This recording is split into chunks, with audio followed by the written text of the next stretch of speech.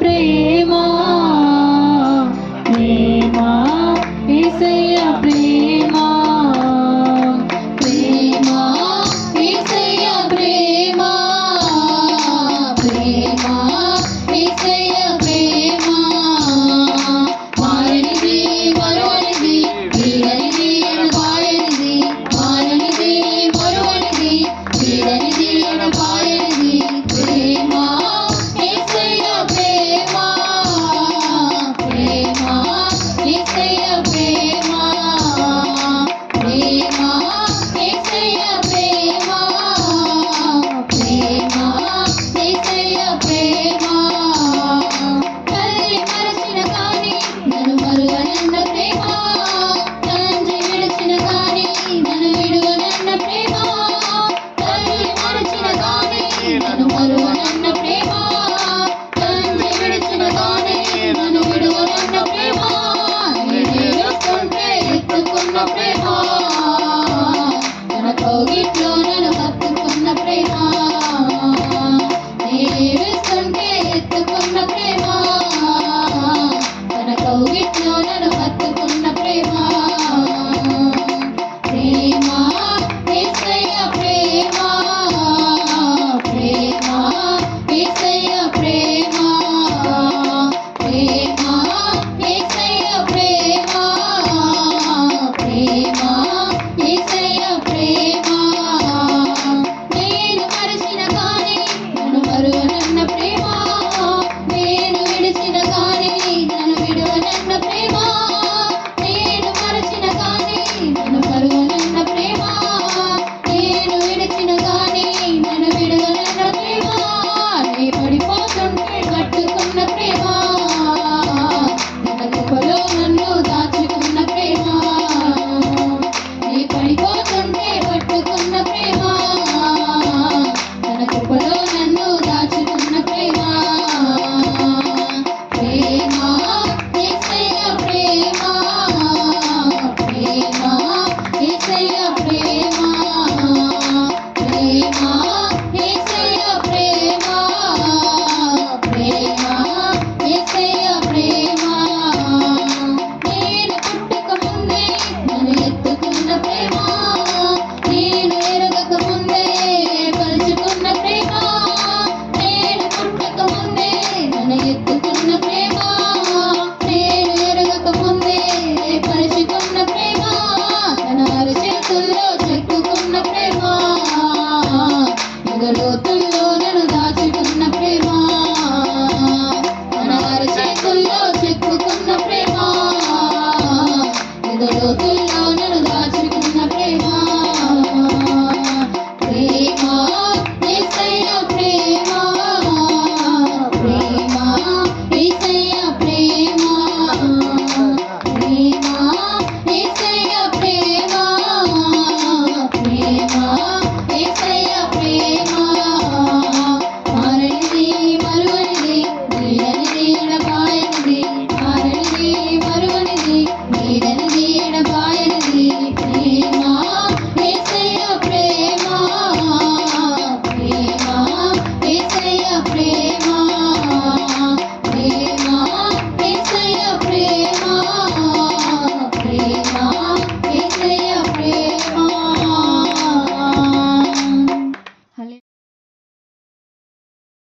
మనం ఏదైతే దేవుని దగ్గర పొందుకున్నామో అది మన వాళ్ళకు కూడా ఉంటే బాగుండు అని మంచి ఆలోచన చేత మనం కూడి వచ్చాం ఈ ప్రాంతానికి. అంతే. నాకు ఒకసారి ఒక గ్రామానికి వెళ్ళాం. మేము ఇలా తప్పం కదా, మీరు చెప్తారు ఇలాగనా అని వచ్చారు. నేను ఒకటే మాట చెప్పాను, అయ్యా బాబు, కాకులే వాటికి అన్నం పెడితే కాకాని పిలిచి కాకులన్నీ కలిసి తిని సంతోషిస్తూ ఉన్నాయి. మనుషులమైన మనం సంతోషంగా ఉన్నప్పుడు ఈ సంతోషం ఎలాగొచ్చిందో సాటి మనుషులకు తెలియజేయడం అది మానవత్వం కదా అన్నప్పుడు అందరూ సైలెంట్ అయిపోయారు. మనం ఎవ్వరూ మాట్లాడలేదు. అదే కదా కదండి. మనుషులమైన మనము మానవత్వం కలిగిన వాళ్ళము, దైవికమైన జ్ఞానమును దేవుని ఆత్మను కలిగిన వాళ్ళం కనుక మనము ఇతరుల మేలే కోరుకుంటాం, ఇతరులు బాగుండాలని కోరుకుంటాం.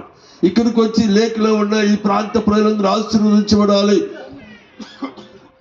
అని మన దేవుడిని వేడుకోవడం ఇది దేవుడు మనకి శుభ భాగ్యం. ఇలా కూడా ఎవరైనా వేరే వాళ్ళ కొరకు వేడుకుంటారా? ఎవరైనా ఎక్కడికైనా వెళ్ళి మొక్కితే ఏం చేస్తారు? మమ్మల్ని ఆశీర్వదించు, మా పిల్లల్ని ఆశీర్వదించు, మేము బాగుండాలి అని మాత్రమే కోరుకుంటారు.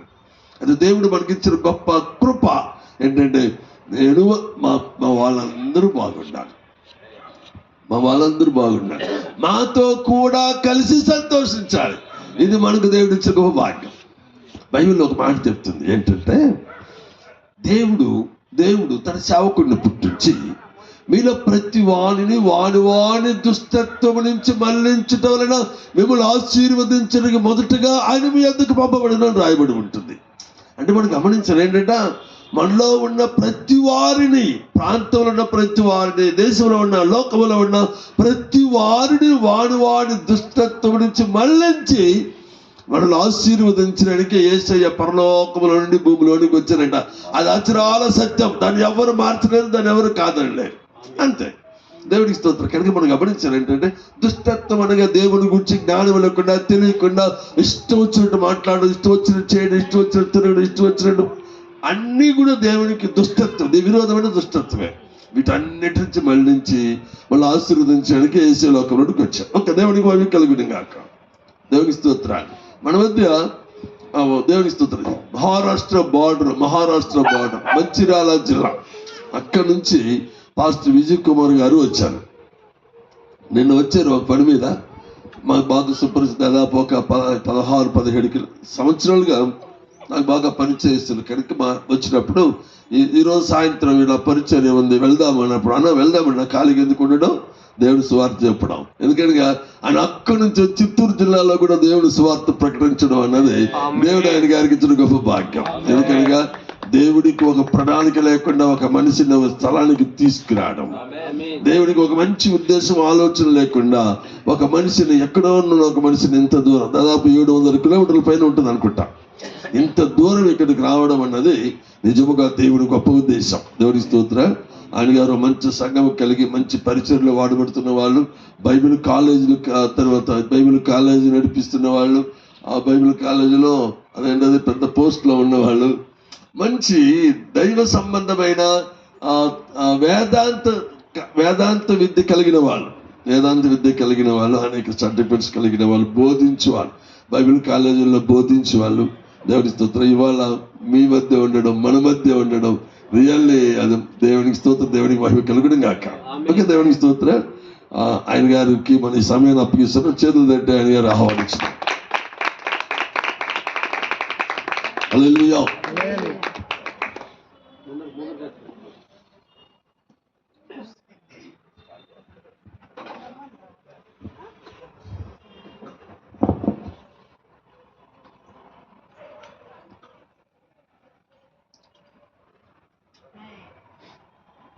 Praise the Lord. Hallelujah. Hallelujah. Hallelujah. నన్ను ప్రేమించి మరి నేను ఈ ప్రాంతంలో ఉన్నానని దైవదాసులు తెలియపరచగానే అబ్రాహ్మయ్య గారు ఎంతో సంతోషంతో నన్ను ఆహ్వానించి ఉన్నారు.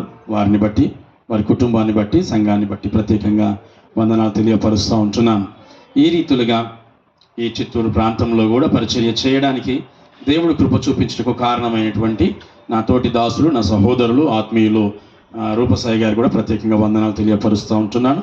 ఇంతవరకు దాకా చక్కగా పాటలు పాడి ప్రభును మహిమపరిచిన మీ అందరికి కూడా ప్రత్యేకంగా వందనాలు. మంచి గళములతో ప్రభునామాన్ని స్తుతిస్తూ ఉంటున్నారు, చక్కగా ఆరాధించారు, గణపరిచారు. దేవుణ్ణి గణపరచుట అన్నిటికంటే ప్రాముఖ్యమైనది. దేవునికి స్తోత్రం. హల్లెలూయా. మంచిది ప్రియమైనటువంటి వాళ్ళరా, ఒక గ్రామంలో ఒక కుటుంబం ఉంది. ఆ కుటుంబము యేసుక్రీస్తులో లేనటువంటి కుటుంబమే కానీ అనివార్య కారణాలను బట్టి వారు రక్షణలోనికి వచ్చారు. ఎందు నిమిత్తమే రక్షణలోనికి వచ్చారు అని అంటే అనేకమైనటువంటి లోక సంబంధమైనటువంటి, మాంత్రికమైనటువంటి, తాంత్రికమైనటువంటి, అణచబడినటువంటి స్థితులలో, ఏమీ చేయలేనటువంటి పరిస్థితులలో, ఎక్కడికి వెళ్ళాలో అర్థం కానటువంటి పరిస్థితులలో ఈ లోకంలో ఉన్నవన్నిటిని కూడా అనుసరించి చివర ఆఖరికి ఎవరో చెబితే యేసుక్రీస్తు ప్రభులవారు మీ జీవితాన్ని బాగు చేస్తాడు, మీ బ్రతుకును బాగు చేస్తాడు, మీ కుటుంబాన్ని బాగు చేస్తాడు అని అంటే ఆ మాట విని యేసుక్రీస్తు ప్రభుల వారిని సొంత రక్షకుడిగా అంగీకరించి ఆ రీతిగా యేసుక్రీస్తును వెంబడిస్తున్నటువంటి ఒక కుటుంబంలో జన్మించినటువంటి వాడనిగా నేను ఉంటున్నాను. నేను క్రైస్తవ కుటుంబంలో జన్మించలేదు, కానీ వారు రక్షింపబడిన ఆ సమయంలోనే, నాకు ఊహ తెలియని సమయాలలోనే వారు రక్షణలోనికి వచ్చారు. అప్పటికే నేను జన్మించి ఉన్నాను. నా విద్యాభ్యాసం కొనసాగుతూ ఉంటున్నది. తర్వాత నేను యవ్వన కాలంలోనికి అడిగిడాను. నా డిగ్రీ నేను వరంగల్లో పూర్తి చేయడానికే నేను డిగ్రీకి వెళ్ళాను. ఆ సమయాలలో మరి నాకున్నటువంటి విపరీతమైనటువంటి స్నేహితులు మంచి యవ్వన కాలంలో అడుగు పెడతా ఉంటుండగా అందరేమో చదువుకోవడానికి వేగిర పడుతూ ఉంటే మరి విలాసాలకు జలసాలకి అనేకమైనటువంటి వ్యసనాలకి అలవాటు పడి ప్రియమైనటువంటి వాళ్ళ స్నేహితులతో విరివిగా తాగుడుతూ అలాగనే సినిమాలు, అప్పటి వరకు సినిమాలు తెలియనటువంటి నేను నా యవ్వన ప్రాయంలో తల్లిదండ్రులకు దూరంగా ఉండి విరివిగా సినిమాలు చూస్తూ ఉండేటువంటి వాడిని. అలాగే నా విద్యాభ్యాసము డిగ్రీ పూర్తయిపోయింది. ఇక్కడ మీకు చెప్పాల్సినటువంటి విషయం ఏంటంటే, డిగ్రీ ఎన్ని సంవత్సరాలండి? మంచిది. నేను 7 సంవత్సరాలు పూర్తి చేసిన. 7 సంవత్సరాలు పూర్తి చేసిన కారణం ఏందో మీకు అర్థమైపోయి ఉంటుంది. ఏమండి, అన్ని సబ్జెక్ట్స్ క్లియర్ చేశాను, కానీ ఫస్ట్ ఇయర్లో ఉన్నటువంటి ఒక సబ్జెక్ట్ను మాత్రమే 7 సంవత్సరాలు చదివిన. అర్థమవుతుంది. ఆ రీతిగా నా జీవితంలో నేను ఉంటుండగా చివరాఖరికి పూర్తి చేసుకున్నాను. తర్వాత హైదరాబాద్లో ఎంబీఏ చేశాను. ఎంబీఏ చేసిన తర్వాత ఒక కంపెనీలో ఉద్యోగం చేస్తుంటున్నాను. హెచ్ఆర్డిఎస్ అని చెప్పేసి, హ్యూమన్ రిసోర్స్ డెవలప్మెంట్ సొసైటీలో బిజినెస్ డెవలప్మెంట్ ఆఫీసర్గా నేను ఉద్యోగం చేస్తున్నాను. ఆ దినాలలో అప్పుడే కంప్యూటర్స్ బాగా బూమ్ అవుతున్నటువంటి దినములలో మరి ఆయా సందర్భాల్లో మేము బ్రాంచెస్ని ఇచ్చేసి అన్ని జిల్లాలలో, ఆంధ్ర తెలంగాణలో, అప్పుడు ఉమ్మడి ఆంధ్ర రాష్ట్రంలో అన్ని జిల్లాలలో కూడా బ్రాంచెస్ని ఏర్పాటు చేసి మా యొక్క తర్ఫీదు కేంద్రాలని ఏర్పరిచేటువంటి వారం. వాటన్నిటిని కూడా నేను సందర్శించేటువంటి వాడిని. కంపెనీ నాకు ఆ దినాలలోనే 20 సంవత్సరాల క్రితమే నాకు కారు ఇచ్చేది, నాకు కావాల్సిన అలవెన్స్లు ఇచ్చేటువంటిది, నాకు కావాల్సిన అన్నింటినీ కూడా అనుగ్రహింపజేసేది. అయితే వాటితో పాటు నాకు కావలసినటువంటి విలాసాలు, వ్యసనాలు కూడా నాతో కూడా ఉన్నాయి. అయితే నాకు ఒక చిన్న వేదన నా హృదయంలో ఉండేది. నేను క్రైస్తవ కుటుంబంలో ఉన్నాను, కానీ నా బ్రతుకు దుర్భరమైన బ్రతుకుగా మార్చబడుతుంది. ప్రభువా, ఏం చేయాలి అని చెప్పేసి నేను దేవుణ్ణి అడుగుతూ మౌనంగా ప్రార్థన చేస్తున్నాను. బహిరంగంగా నేను ఎక్కడ ప్రార్థన చేయలేదు, బహిరంగంగా ఎవరికి చెప్పలేదు. నా స్నేహితులకు తెలుసు నేను క్రైస్తవుడినని, కానీ నేను క్రైస్తవ జీవితం జీవిస్తలేను అనే విషయము అది నాకు మాత్రమే తెలుసు, అది నాకు మాత్రమే అర్థమైంది. అలాగే నేను ప్రార్థన చేసినప్పుడు దేవుడు ఒకానొక దినమున నన్ను పట్టుకొని తన పరిచర్య మహిమార్థమై నన్ను విడిపించి నా వివాహమైన తర్వాత నేను ప్రభు పరిచర్యలోనికి రావడానికి నిజంగా దేవుడు గొప్ప అద్భుతమైనటువంటి కృపలను చూపించాడు. ఆ రీతిగా దేవుని పరిచర్యలో నేటికి వాడబడుతుంటున్నాను. జరిగినటువంటి సంఘటనలన్నింటినీ కూడా చెప్పినట్లు ఏదంటే ఈ సమయం అంతా కూడా సాక్ష్యానికి సరిపోతుంది, కానీ దేవుడు ఏ రీతిగా ఒక అద్భుతమైన కార్యములు చేయగలడో మాత్రమే నేను కొన్ని విషయాల్ని నేను తెలియపరచాలని ఆశపడుతున్నాను. ఆ దినాలలో మరి వైఎస్ రాజశేఖర రెడ్డి గారు ముఖ్యమంత్రిగా ఉంటున్నారు. మేము మా బైబుల్ కాలేజ్ ద్వారా కంప్యూటర్ ఇన్స్టిట్యూట్ ద్వారా ప్రోగ్రామ్స్ని చేయడానికి ఎక్కడైతే ఏజెన్సీ ప్రాంతాలు ఉంటున్నాయో, వైజాగ్ కావచ్చు, మరి రంపచోడవరం కావచ్చు, లేకపోతే ఇలాంటి ఏజెన్సీ ప్రాంతాలన్నిట్లలో కూడా ఏజెన్సీలలో ఉన్నటువంటి వారికి తర్ఫీదులు ఇవ్వడానికి ఆ దినంలో ఉన్నటువంటి పెద్ద పెద్ద మంత్రుల యొక్క క్యాబినెట్లో ఉన్నటువంటి పిఎల్ అందరితో కూడా మంచి సత్సంబంధాలని కలిగినటువంటి వాడిగా నేను ఉండేటువంటి వాడిని. ఎందుకంటే అక్కడికి వెళ్ళి వాళ్ళతో మాట్లాడి మాకు కావాల్సినటువంటి ప్రాజెక్టులన్నింటినీ కూడా ఓకే చేసుకొని వెరిఫై చేసుకొని వచ్చేటువంటి వాడిని. మా కంపెనీలో ఉన్నటువంటి వారందరికీ నమ్మకం ఏంటంటే, పలానా ఆయన వెళ్తే, బీడీఓ గారు వెళ్తే కంపల్సరీ ఆ వర్క్ని సాధించుకొని వస్తాడు, ఆయన ఎలాగైనా వారితో మాట్లాడి కన్విన్స్ చేసుకొని వస్తాడు. అంటే పనిలో కూడా ఆ రకంగా దేవుడు మంచి కృపలను నాకు ఇచ్చి ఉన్నాడు. అయితే కానీ వారిని సంతోషపరచడానికి, వారిని ఆనందపరచడానికి ఈ లోక వ్యసనములలో త్రాగుడు, ఈ సమయం అయింది అని అంటే దేవుని బిడ్డలందరూ ఇప్పుడు ఈ రకంగా దేవునిలో ఆనందిస్తూ ఉంటే నేను మాత్రం బార్లలో, రెస్టారెంట్లలో మరి ఈ రకంగా ఆనందించేటువంటి వాడిని. నేను ఏ ప్రాంతానికి వెళ్ళినప్పటికీ కూడా ఖచ్చితంగా ఒక సినిమా అయినా చూస్తూ ఉండేటువంటి వాడిని. ఎందుకంటే నా కాలక్షేపం, దినమేమో ఆఫీస్ వర్క్, సాయంకాలం ఏమో ఈ రీతిగా కాలక్షేపాన్ని జరిగిస్తూ ఉండేటువంటి వాడిని. ఆ రీతిగా ఈ ప్రాంతం అంతా కూడా నేను బిజినెస్లో తిరిగాను. చిత్తూరుకు వచ్చాను, తర్వాత మైదుకూరుకు వచ్చాను, ప్రొద్దుటూరుకు వచ్చాను, తర్వాత ఈ ప్రాంతాలన్నీ కూడా నేను పలమనేరు ఇవన్నీ కూడా తిరుపతి ఇవన్నీ కూడా తిరిగాను. తిరుపతిలో ఉండినప్పుడు నాకు అర్థం కాక నేనేం చేసేవాడిని అంటే తెలుసుకోవడానికి, కాలక్షేపానికి నాకు బస్ అన్నీ కూడా నాకు ఫ్రీ ఉంటాయి అన్నమాట. సో నేను ఆ కొండ మీదకి కూడా 3-4 సార్లు ఊరికనే ఎక్కి వచ్చేటువంటి వాడిని అనమాట. అంటే ఈ రకంగా అన్ని ప్రాంతాలు కూడా తిరిగేటువంటి వాడిని. దరిదాపుగా సౌత్ ఇండియా మొత్తం కూడా నేను నా బిజినెస్ లో చూడడానికి దేవుడు నాకు కృప చూపించి ఉన్నాడు. దేవునికి స్తోత్రం, హల్లెలూయా.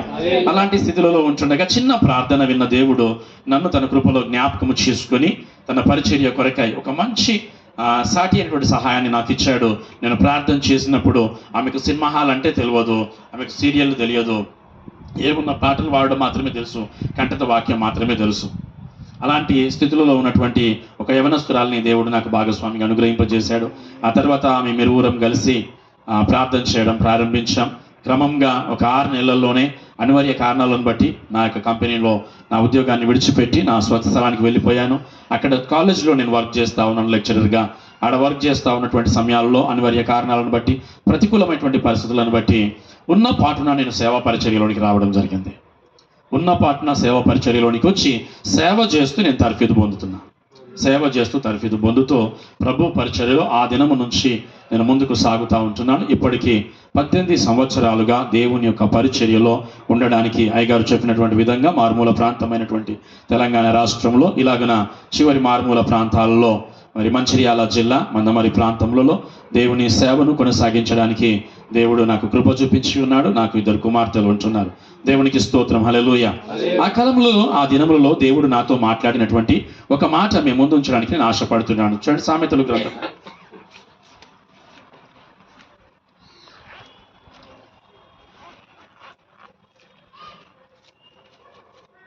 సామెతలు గ్రంథము 3వ అధ్యాయము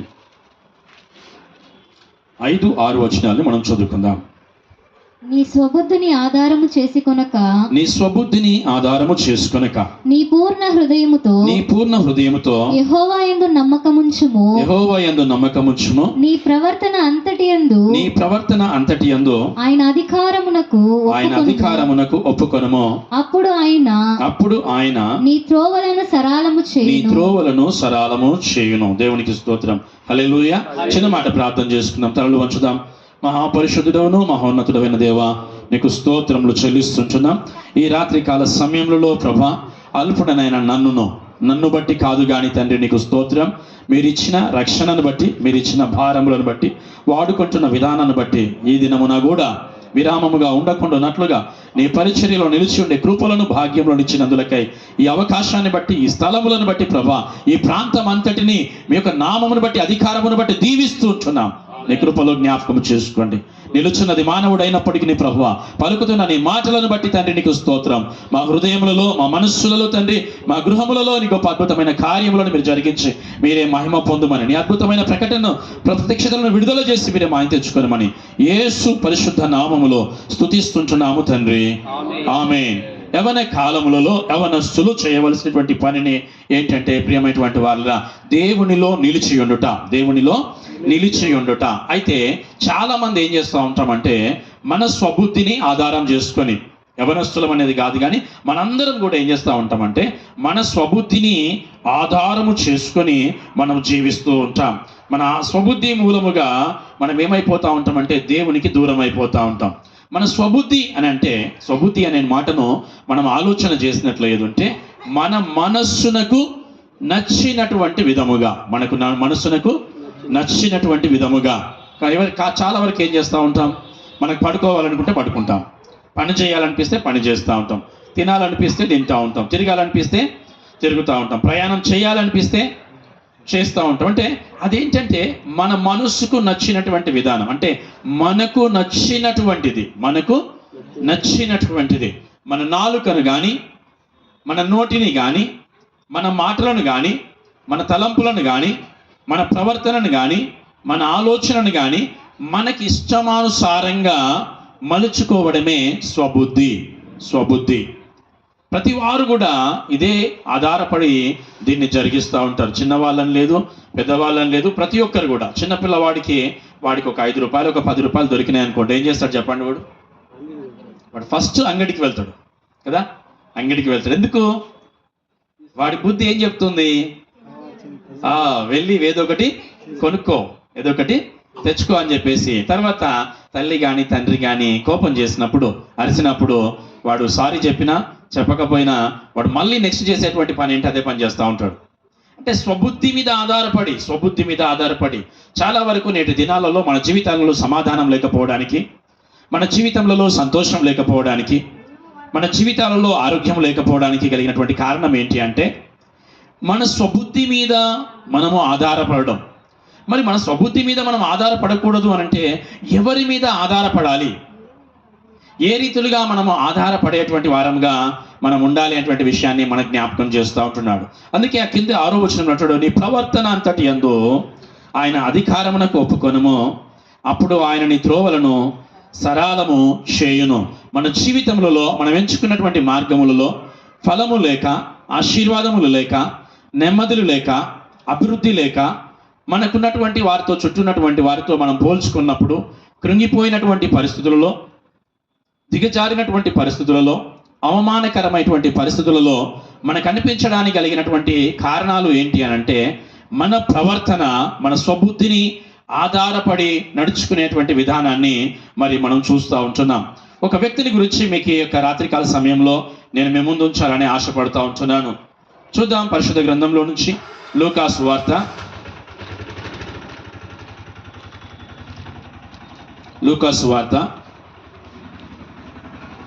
19వ అధ్యాయం. అందులో మొదటి నుంచి కూడా మనం చూసినట్లయితే ఈ లేఖన భాగం మీ అందరికీ కూడా సుపరిచితమే. అయితే ఇంకెవరైనా నూతనంగా వింటున్నటువంటి వారిగా ఉండినట్లయితే ఈ వ్యక్తిని గురించి కొన్ని విషయాల్ని ప్రస్తావించాలని నేను ఆశపడుతూ ఉంటున్నాను. యేసుక్రీస్తు ప్రభుల వారు యెరికో పట్టణంలో మరి ప్రవేశించి దాని గుండా ఆయన వెళుతున్నటువంటి వాడిగా మనకు కనబడుతూ ఉంటున్నప్పుడు అక్కడ ఒక వ్యక్తి కనబడుతుంటున్నాడు. ఆ వ్యక్తి పేరు ఏంటంటే జక్కయ్య అనబడినటువంటి వ్యక్తి కనబడుతూ ఉంటున్నాడు. ఇతడు ధనవంతుడు అని రాయబడి ఉన్నది. అంత మాత్రమే కాదు, సుంకము గుత్తపుదారుడు అనేటువంటి మాట రాయబడి ఉన్నది.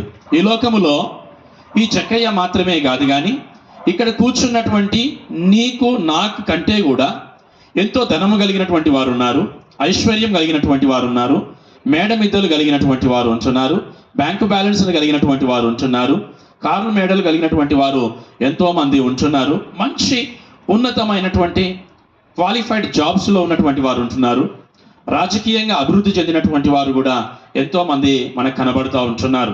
మనమేమి గొప్పవారం కాదు, మనమే ఉన్నతమైనటువంటి వారం కాదు. అయినప్పటికీ కూడా ఇక్కడ జ్ఞాపకం చేస్తుంటున్నాడు వారి జీవితాలలో ఏంటంటే ఎంతో మంది నెమ్మది లేనటువంటి వారు ఉంటున్నారు, ఎంతో మంది సమాధానం లేనటువంటి వారు ఉంటున్నారు, ఎంతో మంది వారి జీవితాలలో ఆశీర్వాదం లేనటువంటి వారిగా ఉంటున్నారు. ఉదయం పెద్దల కడనే లేచినది మొదలుకొని చాలా పొద్దుగుంకేంత వరదాకా ఎంతగానో శ్రమించి కష్టపడి ప్రయాసపడినటువంటి వారు ఎంతో మంది ఉంటున్నారు. కానీ వారి యొక్క ప్రయాసకు తగినటువంటి ఆశీర్వాదం లేనటువంటి వారు ఎంతో మంది ఉండడాన్ని మనం చూస్తూ ఉంటున్నాం. ఇక్కడ ఈ సుంకము గుత్తాదారుడు అని రాయబడి ఉన్నది. సుంకము గుత్తాదారుడు అనేటువంటి మాట సాధారణమైనటువంటి మాట కాదు. ఈ దినములలో కనుక మనం చూడగలిగినట్లయితే ఈ సుంకపు గుత్తాదారుడు అనేటువంటి ఈ పోస్ట్, ఈ పని ఈరోజు ఒక జిల్లాకి ఉన్నటువంటి కలెక్టర్ హోదాకి సమానమైనటువంటిది. కలెక్టర్ హోదాకి సమానమైనటువంటిది. అట్టి గొప్ప బాధ్యత కలిగినటువంటి వారిగా ఈ యొక్క సుంకపు వారు వసూలు చేసేటువంటి వారు ఉండేటువంటి వారు. అలాంటి పొజిషన్లో ఉన్నటువంటి ఈ జక్కయ్య, అతడు ధనవంతుడై ఉన్నాడు. అతడు ఈ యెరికోకు వస్తున్నటువంటి యేసు క్రీస్తు ఎవరో చూడాలని ఆయన మనసులో ఒక ఆశ కలిగింది. ఈ రాత్రికాల సమయంలో ఈ యొక్క సమావేశం ద్వారా, ఈ యొక్క రక్షణ కూడిక ద్వారా, ఈ యొక్క సువార్త సభ ద్వారా యేసు క్రీస్తు ప్రభుల వారు ఆయన వాక్యమై ఉన్న దేవుడు ఆ వాక్యము ఈ యొక్క లేక్ స్ట్రీట్ లోనికి తీసుకొని రాబడుతుండగా ఒకవేళ నీవు ఆశ కలిగి ఈ యేసు క్రీస్తు ప్రభుల వారు ఎవరు, ఈయనను గురించి నేను ఎందుకు తెలుసుకోవాలి, ఈయన నాకు ఏమి చేయగలడు అనేటువంటి ఆశ కనుక నీ హృదయంలో ఉండినట్లయితే తప్పకుండా ఈ రాత్రి దేవుడు నిన్ను దర్శించబోతుంటున్నాడు. ఈ 3 దినములలో గొప్ప అద్భుతమైన కార్యములు నీ జీవితములలో, నీ కుటుంబములలో కూడా ఆయన చేయడానికి ఆయన సిద్ధుడై ఉన్నాడు అనేటువంటి విషయాన్ని జ్ఞాపకం చేస్తున్నాను. ఎందుకు ఆయన చేయగలడు అనంటే ఆయన నిన్న, నేడు, రేపు సజీవుడైనటువంటి దేవుడు. ఆయన జీవము కలిగినటువంటి వాడు. ఆయన మరణించి తిరిగి లేపబడిన పునరుత్థానుడైనటువంటి దేవుడు. ఆమేన్, హల్లెలూయా. ఆయన పునరుత్థానుడై ఉన్నాడు కాబట్టి, ఆయన సజీవుడై తిరిగి లేపబడి ఉన్నాడు కాబట్టి సజీవమైనటువంటి నీ క్రియలలో, సజీవమైనటువంటి నీ పనులలో, సజీవమైనటువంటి ఆ యొక్క నీ జీవితములలో అద్భుతములను చేయగలడు. ఆయన ఎవరి జీవితంలో అద్భుతములను చేయగలడు అనంటే సజీవులై బ్రతికున్నటువంటి వారి జీవితంలోనే అద్భుతములను చేయగలడు. ఆమేన్, హల్లెలూయా, హల్లెలూయా. మృతులతో పని లేదు. మృతులను ఏం చేస్తామండి? బంధువులకే పని లేదు, ఇంట్లో వారికే పని లేదు. ఒకవేళ కొన ఊపిరి పోయింది అని అంటే, చాలా సమయం నుంచి మేల్కొనలేదంటే కదిపి చూసి తీసుకొచ్చి ఇక్కడ బయట పడబెడతాం. తీసుకొచ్చి ఆ వ్యక్తితో ఎవరికి ఏం పని లేదు, ఇక అయిపోయింది. ఏదో చేయాలి కాబట్టి ఏదో చేసేస్తూ ఉంటాం, పంపించేస్తూ ఉంటాం, అయిపోతుంది. ఆ పేరు కూడా మరి యొక్క ఆకాశం కింద మర్చిపోబడుతూ ఉంటుంది, కాలక్రమేణా మర్చిపోబడుతూ ఉంటుంది. అయితే దేవుడు ఏదైనా చేస్తే ఎవరికి చేస్తాడంటే, సజీవుడమైనటువంటి నీవు, ఈరోజు బ్రతికున్నటువంటి నీవు, మాట్లాడుతున్నటువంటి నీవు, కృంగిపోతున్నటువంటి నీ జీవితములలో, నిరాశలతో నింపబడుతున్నటువంటి నీ బ్రతుకులో మాత్రమే ఆయన అద్భుతములను చేయగలడు. ఆయన ఏదైనా మార్చగలడు, ఏదైనా ఆయనకు సాధ్యమే. దేవునికి స్తోత్రం, హల్లెలూయా. ఇక్కడ మనం చూసినట్లయితే ఇలాంటి ధనవంతుడు, ఇలాంటి ఉన్నతమైనటువంటి స్థితులలో ఉన్నటువంటి వానికి కలిగినటువంటి ఆశ ఏంటంటే, యేసయ్య ఎవరో చూడాలి. యేసయ్యను చూడడానికి ప్రియమైనటువంటి వాళ్ళరా, యెరికో పట్టణంలో ఉన్నటువంటి వారందరూ కూడా పరుగులెత్తుకొని వచ్చారు. పరుగులెత్తుకొని వచ్చినప్పుడు ఆ వీధంతా కూడా కిక్కిరిసిపోయింది, కిక్కిరిసినటువంటి జనములతో నింపబడి ఉన్నది. ఈ జక్కయ్య యొక్క బాహ్య స్థితి ఎలాగనో ఉన్నది అని అంటే, అతడు వ్యక్తిగా చూడడానికి పొట్టిగా కనబడతా ఉన్నాడు. కాబట్టి ఎవరిని తోసుకొని ఆయన వెళ్ళలేడు, చూడలేడు. కాబట్టి ఇతడికి ఒక ఆలోచన వచ్చింది, ఏంటి అని అంటే, నేను చెట్టెక్కి చూస్తాను అనేటువంటి ఒక ఆశ కలిగింది. వెంటనే పరుగున వెళ్ళాడు. మేడు చెట్టు ఎక్కినటువంటి వాడుగా ఉన్నట్లుగా మరి మనం చూడగలుగుతా ఉంటున్నాం. అలాగే మేడు చెట్టు ఎక్కి చూస్తూ ఉంటుండగా యేసుక్రీస్తు ప్రభుల వారు, ఎవరైతే యేసుక్రీస్తు ప్రభుల వారిని చూడాలని ఆశ ఉందో, పరిస్థితులు అనుకూలించట్లేదు ఆయన దగ్గరికి వెళ్ళడానికి, దేవుని మందిరానికి వెళ్ళడానికి అనుకూలించట్లేదు, సమాజంలో బాహ్యంగా వెళ్ళాలనేటువంటి ఆశ ఉన్నప్పటికీ సమాజ పరిస్థితులను బట్టి సిగ్గుపడి, పరిస్థితులను బట్టి ఒకవేళ నువ్వు కృంగిపోయి ఆగిపోతున్నావు కావచ్చు. నీ మనస్సులో గనుక యేసయ్య ఎవరో చూడాలని గనుక ఆశ ఉండినట్లయితే తప్పక నీతో మాట్లాడడానికి యేసు ప్రభుల వారు సిద్ధంగా ఉంటున్నారు. ఈ జక్కయ్య మేడి చెట్టు ఎక్కి ఆయన చూస్తా ఉన్నాడు, ఎవరో చూడాలని. యేసుక్రీస్తు ప్రభుల వారు ఆయన హృదయాన్ని ఎరిగి ఉన్నాడు. ఆ చెట్టు క్రిందికి వచ్చాడు. ఆయన అంటున్నాడు, జక్కయ్య త్వరగా దిగిరమ్ము. 5వ వచనంలో మనం చూస్తున్నాం, యేసు ఆ చోటికి వచ్చినప్పుడు కన్నులెత్తి చూచి జక్కయ్య త్వరగా దిగుము, నేడు నేను నీ ఇంట ఉండవలసి ఉన్నదని అతనితో చెప్పగా దేవునికి స్తోత్రం, హల్లెలూయా. చెట్టు మీద ఉన్నటువంటి జక్కయ్యను చూసిన దేవుడు, ఆయన ధనవంతుడై ఉండొచ్చు, రాజకీయ నాయకుడై ఉండొచ్చు, ఉన్నతమైనటువంటి హోదాలో ఉన్నటువంటి వ్యక్తి అయి ఉండొచ్చు, లేదా ఏమీ లేని కడుపేద స్థితిలో ఉన్నటువంటి వ్యక్తి అయి ఉండొచ్చు. కానీ ఒకవేళ నీ హృదయంలో కనుక ఆశ ఉండినట్లయితే ఉంటే, సర్వ సృష్టికర్త అయినటువంటి దేవాది దేవుని గురించినటువంటి తెలుసుకోవాలనేటువంటి వాంఛ నీ హృదయంలో ఉండినట్లయితే ఉంటే, ఒకవేళ ఆయన ఏమన్నా నా జీవితాన్ని బాగు చేస్తాడేమో, నా బ్రతుకును బాగు చేస్తాడేమో, నా భర్త వ్యసనాలకు లోనైపోయి బ్రతుకు పాడైపోయి కుటుంబం అంతా దుర్భరమైన పరిస్థితులలో ఉంది, కుటుంబ యజమాని చెడిన స్థితిలో ఉండడం మూలంగా ఎదిగి వచ్చినటువంటి పిల్లలు మాట వినకుండా పాడైపోతున్నారు, సమాజంలో బంధువుల మధ్యలో రక్త సంబంధికుల మధ్యలో తలెత్తుకోలేటువంటి దుర్భరమైన పరిస్థితులలో ఈ రాత్రి ఒకవేళ నీవు ఉండి ఉండొచ్చు.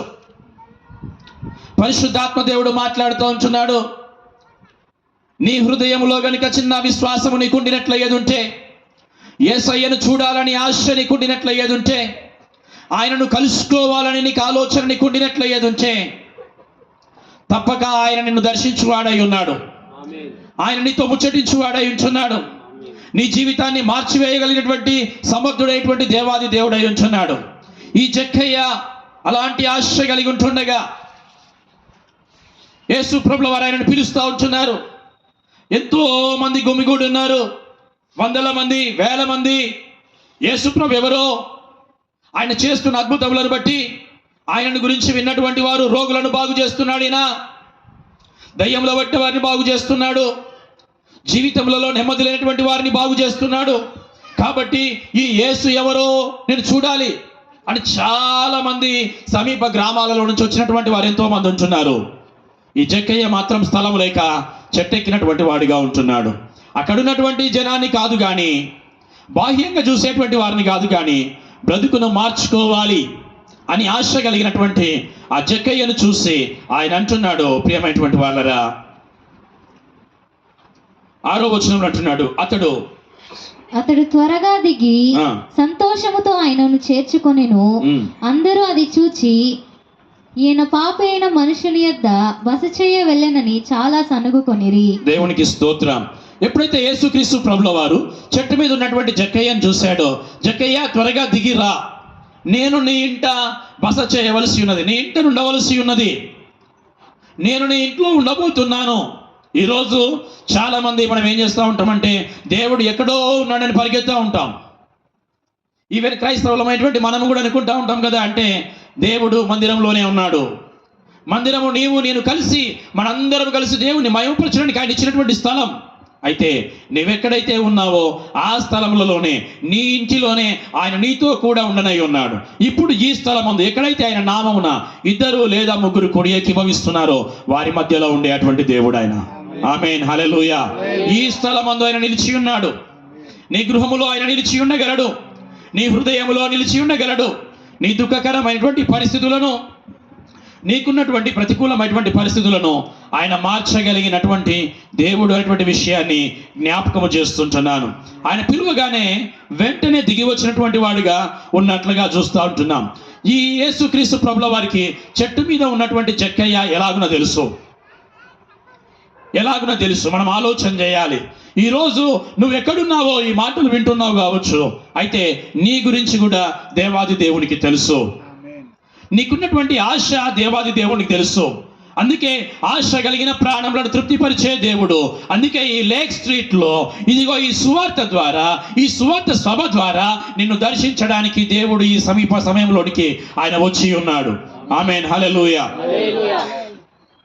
ఇది కేవలము ఇక్కడ కూర్చున్నటువంటి కొద్ది మంది కొరకు కాదు, కానీ ఇక్కడ ఉన్నటువంటి 2-3 కొరకు కాదు, కానీ నిజంగా దేవుని యొక్క ప్రణాళిక ప్రకారం ఎక్కడో 750 కిలోమీటర్ల దూరంలో ఉన్నటువంటి నన్ను ఈ ప్రాంతానికి నడిపించినటువంటి దేవుడు, మీ మధ్యలో నిలబడ్డ కృప చూపించినటువంటి దేవుడు, ఇదిగో ఈ ప్రాంతములో అలాంటి ఆశ కలిగినటువంటి వ్యక్తులను ఆయన చూస్తున్నటువంటి దేవుడు, దర్శిస్తున్నటువంటి దేవుడు. ఆమేన్, హల్లెలూయా. దేవుని ప్రణాళిక లేకుండా ఈ సభ ఏర్పాటు చేయబడలేదు. దేవుని యొక్క అనుమతి లేకుండా ఈ యొక్క కూడిక ఏర్పాటు చేయబడలేదు. కానీ ఈ ప్రాంతంలో ఉన్నటువంటి నిన్ను దేవుడు ప్రేమిస్తుంటున్నాడు. జక్కయ్య ప్రేమించినటువంటి దేవుడు. ప్రజలందరూ ద్వేషిస్తున్నారు. ఒక గొప్ప సమాజంలో స్థితిలో ఉన్నప్పటికీ కూడా, ధనవంతుడిగా ఉన్నప్పటికీ కూడా ప్రజలు ఎవరు కూడా ఆయనను ముందుకు పిలుచుకురాలేదు. కానీ ఎవరందరూ త్రోసివేయడం మూలంగా ఆయన చెట్టెక్కినటువంటి వాడిగా మనకు కనబడుతూ ఉంటున్నాడు. ఆయనకున్నటువంటి హోదా, ఆయనకున్నటువంటి స్థానం, ఆయనకున్నటువంటి గౌరవాన్ని బట్టి చూసినట్లయితే ఆయనకు మొదటి స్థానములలో పిలువబడాలి. కానీ అలాంటి అవకాశం అక్కడ లేదు. అందరిలో ఆశ ఉంది, ఒకటే ఆశ, యేసయ్య ఎవరో చూడాలి. ఆమేన్, హల్లెలూయా, హల్లెలూయా. కాబట్టి ఎవరు అవకాశం ఇవ్వట్లేదు.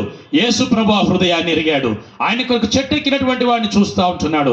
త్వరగా దిగిరా, నీ ఇంటిలో బస చేయాలి. అప్పుడు అందరూ అనుకుంటున్నటువంటి మాట ఏంటంటే, ఈ పాపి ఇంటిలో యేసు ప్రభు వారు బస చేయాలనుకుంటున్నారు. ఈయన ఎలాంటి మనుష్యుడు అని చెప్పేసి చాలా మంది అనుకుంటా ఉంటున్నారు. నిజమే, యేసు క్రీస్తు ప్రభుల వారు ఈ లోకానికి ఎందుకు వచ్చినారంటే నశించిన దానిని వెతికి రక్షించడానికే ఈ లోకానికి వచ్చారు. పాపములో ఉన్నటువంటి దానిని పాపము నుంచి విడిపించి పరిశుద్ధంగా చేయడానికి ఆయన ఈ లోకానికి వచ్చినటువంటి వాడిగా ఉన్నట్లుగా మరి పరిశుద్ధ గ్రంథంలో మనకు తేటపరచబడుతూ ఉంటున్నది. పరమున ఉండాల్సినటువంటి దేవాది దేవుడు, సర్వ సృష్టికర్త, భూమిని, ఆకాశములను, అందులోని పశుపక్షాదులను, మానవుని సృజించినటువంటి దేవాది దేవుడు, ఇదిగో మానవుడు భూమి మీద తప్పిపోయినటువంటి స్థితిలో మొదటగా చెప్పబడినటువంటి మాటల ప్రకారంగా నీ స్వబుద్ధిని ఆధారం చేసుకొని నీ ఇష్టానుసారంగా పరిగెడుతున్నటువంటి నీ బ్రతుకులో, నీ ఇష్టానుసారంగా జీవిస్తున్నటువంటి నీ బ్రతుకులలో రేగిన అలజడులను, రేగిన తుఫానులను, భయంకరమైనటువంటి కంపితములను అన్నింటినీ కూడా అణిచివేయడానికి ఆయన ఈ లోకములోనికి దిగి వచ్చి ఉన్నాడు. ఆమేన్, హల్లెలూయా. నరవతారిగా, నరుడిగా, నరులలో ఒకడిగా ఆయన ఈ లోకానికి ఏతించినటువంటి వాడిగా ఉంటున్నాడు. ఎవరైతే ఆయన యందు విశ్వాసం ఉంచుతారో, ఎవరైతే ఆయన యందు నమ్మకం ఉంచినటువంటి వారిగా ఉంటారో ప్రియమైనటువంటి వారలారా, వారందరినీ రక్షించుటకు ఆయన సమర్థుడైనటువంటి దేవుడు. రక్షణను గురించి మనం ఆలోచన చేస్తే ఈ గృహాలు ఇవన్నింటినీ కూడా మనం చూసినట్లయితే మన రక్షణ కొరకై మనం కట్టుకున్నాం, నిర్మించుకున్నాం.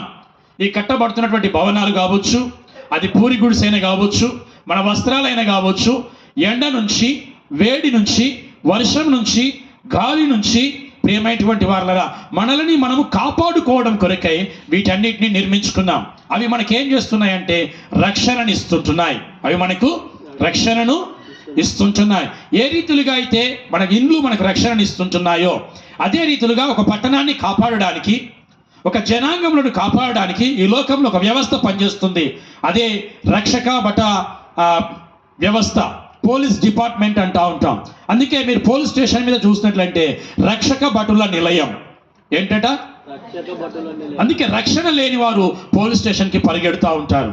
ఓకే, భౌతికంగా రక్షణ లేని వారు పోలీస్ స్టేషన్కి పరిగెడుతూ ఉంటారు. కానీ ఆత్మీయ స్థితిలలో నీకు రక్షణ ఉందా, ఆత్మీయ స్థితిలలో రక్షణ ఉందా అనేటువంటి విషయాన్ని మనం గమనించాలి. ఎందుకు రక్షణ లేదు ఆత్మీయ స్థితిలలో అని అంటే మానవులెల్లరూ కూడా పాపము చేసి దేవుడు అనుగ్రహించు మహిమను పొందలేనటువంటి వారిగా ఉన్నారు అని దేవుని యొక్క వాక్యము సెలవిస్తూ ఉంటున్నది. అందరూ కూడా పాపము చేసి, ఏంటి ఆ పాపము అని అంటే సర్వ సృష్టికర్తను విడిచిపెట్టి ఈ లోకాన్ని అనుసరించి స్వబుద్ధిని ఆధారం చేసుకొని మనకిష్టానుసారంగా మనము పరుగులెత్తడమే. అందుకే అక్కడ ఉన్నటువంటి ప్రజలు ఈ వ్యక్తిని చూసి, ఈ ప్రత్యేకమైన వ్యక్తిని చూసి వారు అంటున్నటువంటి మాట ఏంటంటే ప్రియమైనటువంటి వాళ్ళరా, ఆ 7వ వచనంలో మరి మనం చూస్తున్నాం, పాపి అయిన మనుషుని యొద్ద బస చేయ వెళ్ళనని చాలా సనుగుకొనిరి. అంటే పాపము కలిగినటువంటి ఈ మనుషుని దగ్గర, ఈ పాపి దగ్గర ఉండడానికి ఈ పరిశుద్ధుడైన యేసు ప్రభుల వారు వెళుతున్నారు అని సనుగుకుంటున్నారు.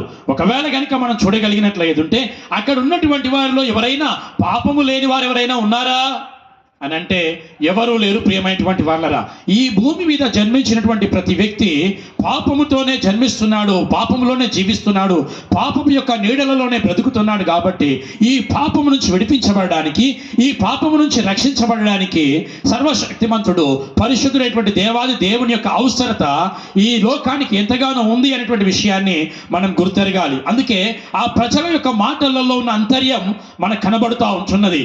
ఈ మనుష్యుడు పాపి అయినటువంటి మనుషుని యొద్ద, ఎలాంటి మనుషుడట? ధనవంతుడే, సమాజంలో పేరున్నటువంటి వాడే. కానీ వాడికి ఒక రహస్యమైనటువంటి పేరుంది మనుషులు సనుక్కోవడానికి. వారికి ఇంకొక పేరుంది వారి జీవితంలో కృంగదీసేది. వారికి ఇంకొక పేరుంది వారిని ఎదగనీయకుండా, దుఃఖపరుస్తూ, సంతోషం లేకుండా, ఆనందం లేకుండా చేసేది. ఏంటి అంటే పాపి.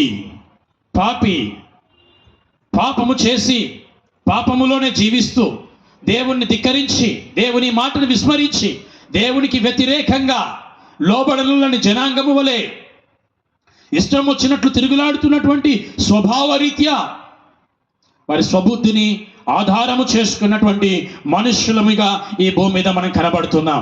అదే నేను నా సాక్ష్యంలో మీకు తెలియపరిచే విషయం ఏంటంటే, ఒకప్పుడు నా జీవితంలో కూడా నా స్వబుద్ధిని ఆధారం చేసుకొని పాప స్థితిలలో, అజ్ఞాన స్థితిలలో దేవుని యొక్క ఆజ్ఞలను అనుసరించకుండా నన్ను సృజించిన సర్వ సృష్టికర్త అయినటువంటి దేవుణ్ణి పక్కన పెట్టి నాకు ఇష్టం వచ్చినటువంటి మార్గములలో, నాకు ఏది సంతోషాన్ని ఇచ్చిందో ఆ మార్గములలో, నా స్నేహితులు అనుసరించిన మార్గములలో, లేకపోతే లోకంలో ఉన్నటువంటి వారు ఎక్కువ మంది వెంబడిస్తున్నటువంటి మార్గములలో దాని వెంబడి ప్రయాణం చేసినటువంటి వాడిగా నేను ఉంటున్నాను. అప్పుడు దేవుని యొక్క పరిశుద్ధమైనటువంటి వాక్యం ఏమన్నదంటే, నీవు పాపివి అని చెప్పేసి జ్ఞాపకం చేసింది. నీవు పాపివి. ఈరోజు పరిశుద్ధ గ్రంథం కూడా జ్ఞాపకం చేస్తుంది. జక్కయ్య ఏ రీతిగా పాపిగా ఉన్నాడో, ఇంకా రక్షణ లేకుండా ఉన్నటువంటి నీవు నేను ఏ స్థితిలో ఉన్నామంటే పాపపు స్థితిలోనే ఉన్నాం. ఆజ్ఞ అతిక్రమమే పాపం. తండ్రి మాటను వీరడం ఏ రీతిగా పాపమో, ఈ లేక శరీర రీతిగా ఉన్నటువంటి తల్లిదండ్రుల యొక్క మాట వినకపోవడం, అవిధేయులుగా ఉండడం ఎంత పాపమైనదో, సర్వ సృష్టికర్త భూమి ఆకాశంలోని కలుగజేసినటువంటి దేవుడు మానవులందరికీ నాథుడైనటువంటి దేవాది దేవుణ్ణి విడిచిపెట్టి మనం అనుసరిస్తున్నటువంటి విధానము దేవాది దేవుని దృష్టికి అది పాపిగా కనబడుతూ ఉంటున్నది. అయితే మనం ఏమనుకుంటున్నాము అని అంటే, ఓ ఈ జక్కయ్య పాపి, లేకపోతే ఆయన పాపి, ఈయన పాపి అని ఆయన గురించి రహస్యంగా మనం మాట్లాడుకొని లోపాలను ఎత్తి చూపిస్తున్నామంటే మనం పాపపు స్థితిలో ఉన్నాము అనేటువంటి విషయము మనకు జ్ఞాపకం చేయబడుతుంటున్నది. ఎప్పుడైతే యేసు ప్రభు ఆ పాపిని పిలిచాడో, నీ ఇంటిలో ఉండాలనుకుంటున్నా అన్నాడో, ప్రియమైనటువంటి వాళ్ళరా, ఆయన జీవితంలో గొప్ప పెనుమార్పు కలిగింది. ఆయన జీవితంలో గొప్ప చేంజ్ చూస్తుంటున్నాం మనం అక్కడ. ఆయన వెంటనే యేసు ప్రభుల వారు ఏం అడగలేదు, అక్కడ ఉన్నటువంటి ప్రజలు ఏం అడగలేదు, అక్కడ ఉన్నటువంటి వారు ఎవరు కూడా ఏం అడగలేదు, కానీ ఎవరు ఏ కాంప్లైంట్ చేయలేదు. కానీ ఆ జక్కయ్య దిగి వచ్చి ఆయన అంటున్నాడు, ఏమంటున్నాడంటే, నేను ఎవని యొద్దనైతే జక్కయ్య నిలువబడి, ఇదిగో ప్రభువా, నా ఆస్తిలో సగము బీదలకిచ్చుచున్నాను, నా ఆస్తిలో సగము బీదలకిచ్చుచున్నాను, నేనెవని యొద్దనైనను అన్యాయముగా దేనినైనను తీసుకొనిన ఎడల అతనికి 4 గంతలు మరలా చెల్లింతునని ప్రభువుతో చెప్పెను. దేవునికి స్తోత్రం. హల్లెలూయా, హల్లెలూయా. ఆ వ్యక్తి పాపి అని చెప్పడానికి ప్రజలు మాట్లాడుకున్నట్లుగా, వారికి ఆయాసం కలిగినటువంటి మాటను బట్టి, లేదా ఆయన ప్రవర్తనను బట్టి, వారు సనుక్కున్న దాన్ని బట్టి దేవుడు పిలువగానే ఆయన హృదయము మారిపోయింది. హృదయంలో గొప్ప చేంజ్, మార్పును మనం చూస్తా ఉన్నాం. పరివర్తన కలిగినటువంటి వాడై దిగి పరిగెత్తుకొని వచ్చి అంటున్నాడు, ఇదిగో ప్రభువా, నేను నా ఆస్తి అంతటిలో సగము బీదలకు ఇచ్చేస్తున్నాను, ఇచ్చివేయబోతున్నాను. యేసుప్రభు అడిగాడా? యేసుప్రభు అడగలేదు. దిగిరా, నీ ఇంట్లో ఉండాలనుకుంటున్నా. యేసయ్య నీ ఇంటిలోనికి వస్తే పాపయుక్తమైనటువంటి స్వభావాలన్నీ కూడా మారిపోతాయి. ఈ లోక సంబంధమైనటువంటి చీకటి క్రియలన్నీ కూడా మారిపోతా ఉంటాయి. యేసుప్రభు అడగలేదు, యేసుప్రభుతో కూడా ఉన్నవారు అడగలేదు, అక్కడున్న జనాలు కూడా అడగలేదు. కానీ ఆయన అంటున్నాడు, నేను ఎవరి యొద్దనైతే అన్యాయంగా తీసుకున్నాను అంటే ఆయనకు అర్థమైపోయింది, నేను అన్యాయస్తుడను, నేను అవిధేయుడను, నేను పాపపు స్వభావం కలిగినటువంటి వాడను, ఇచ్చివేస్తాను, 4 గింతలుగా నేను ఇచ్చివేస్తాను అని చెప్పేసి అతను చెప్పడాన్ని మరి మనం చూస్తూ ఉంటున్నాం. ప్రియమైనటువంటి వెంటనే అంటున్నాడు, 9వ వచనంలో అంటున్నాడు, ఇతడును కూడా అబ్రహాము కుమారుడే, ఎందుకనగా నేడు ఈ ఇంటికి రక్షణ వచ్చి ఉన్నది. ఎవరైతే హృదయంలో విశ్వసించి నోటితో ఒప్పుకుంటారో వారు రక్షింపబడతారని దేవుని యొక్క వాక్యం సెలవిస్తుంటున్నది. ఈ జక్కయ్య తన హృదయంలో విశ్వసించాడు. తనను చూసిన స్థితిని బట్టి, పరిస్థితిని బట్టి విశ్వసించి వెంటనే ఆయన నోటితో ఒప్పుకొని ఆయన అంటున్నాడు, నేను అన్యాయముగా తీసుకున్నటువంటిది. ఎంత చక్కగా ఒప్పుకుంటున్నాడో చూడండి. ఈ రోజులలో మనం ఎవరం కూడా ఒప్పుకోము, కానీ ఒప్పుకోలు జీవితము చాలా ప్రాముఖ్యమైనది. క్రైస్తవులమైన ఏ స్థితిలో ఉన్నప్పటికీ నీ బ్రతుకు, నీ జీవితం ఏ రీతులుగా ఉంటున్నదో, నీ అంతరంగమైన నీ వ్యక్తిగతమైనటువంటి జీవితాన్ని చూస్తున్నా అనుభవిస్తున్నటువంటి నీకు మాత్రమే తెలుసు. కావున నీవు లోబడి ప్రభు మాటకు విధేయత చూపించి నీవు ఒప్పుకొనినట్లు ఏదుంటే, జక్కయ్య ఇంటిలోనికి వచ్చినటువంటి యేసుక్రీస్తు ప్రభుల వారు నీ ఇంటిలోనికి కూడా ఆయన రాగలరు.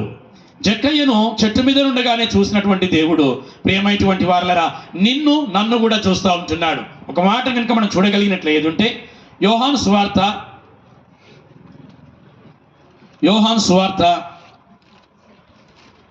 1వ అధ్యాయం 48 నుంచి 50 వచనాల వరకు మనం చదువుదాం. నన్ను నీవు ఎలాగూ ఎరుగుదువని నతనయేలు ఆయనను అడుగగా యేసు ఫిలిప్పు నిన్ను పిలువక మునుపే నీవు ఆ అంజూరపు చెట్టు క్రింద ఉండినప్పుడే నిన్ను చూచి తినని అతనితో చెప్పెను. నతనయేలు బోధకుడా నీవు దేవుని కుమారుడవు ఇశ్రాయేలు రాజు అని ఆయనకు ఉత్తరమిచ్చెను. అందుకు యేసు ఆ అంజూరపు చెట్టు క్రింద నిన్ను చూచి తినని నేను చెప్పినందువలన నీవు నమ్ముచున్నావా? వీటికంటే గొప్ప కార్యములు చూతువని అతనితో చెప్పెను. దేవునికి స్తోత్రం. హల్లెలూయా. ఇంకొక సందర్భంలో మనం చూస్తున్నాం, ఒక వ్యక్తి కనబడతా ఉన్నాడు, నతానియేలు అనబడినటువంటి వ్యక్తి. అతను కూడా యేసుక్రీస్తు ప్రభుల వారిని కలుసుకున్నటువంటి సమయం తటస్థించింది. ఆ సమయంలో నతానియేలును చూసినటువంటి యేసుక్రీస్తు ప్రభుల వారు ఆయనను పిలుస్తుంటున్నాడు. నీవు నన్ను ఎలాగునో ఎరుగుదువు, నేను ఎలాగునో తెలుసు అని అడిగినప్పుడు, ఇదిగో ఫిలిప్పుతో నువ్వు మాట్లాడుతున్నావు, అతనితో మాట్లాడక ముందే నేను నిన్ను చూసి ఉన్నాను, అంజూరపు చెట్టు క్రింద ఉండినప్పుడే నేను నిన్ను చూసి ఉన్నాను. ఇదిగో నా దేవుడు యేసుక్రీస్తు ప్రభుల వారు, ఇదిగో దుఃఖంతో ఉండినటువంటి నిన్ను, నీ గృహములో, నీ పడకలలో, నీవు ఉండినటువంటి స్థితులలో దేవుడు నిన్ను చూస్తూ ఉంటున్నాడు. నీవు అనుకుంటున్నావు, ఈ వ్యసనాల నుంచి నేను ఎలాగనో బయటపడాలి, ఈ స్థితిలో నుంచి నేను ఎలాగనో బయటపడాలి, నా వయస్సు అయిపోవచ్చిందే, నా జీవితం అయిపోవచ్చిందే, ఇక నాతో పాటే ముగియాలని నువ్వు అనుకుంటున్నావేమో. లేదు, నీ జీవితాన్ని మార్చడానికి యేసుక్రీస్తు ప్రభుల వారు నిన్ను చూస్తున్నారు. జక్కయ్యను పిలిచినట్లుగా నిన్ను పిలుస్తుంటున్నాడు. ప్రయాసపడి భారం మోసుకొని వెళ్తున్న సమస్త జనులారా, నా యొద్దకు రండి, నేను మీకు విశ్రాంతిని కలగజేస్తా. I will give you rest, I will give you peace. నేను మీకు సమాధానాన్ని ఇవ్వబోతున్నాను, మీకు విశ్రాంతి ఇవ్వబోతున్నాను.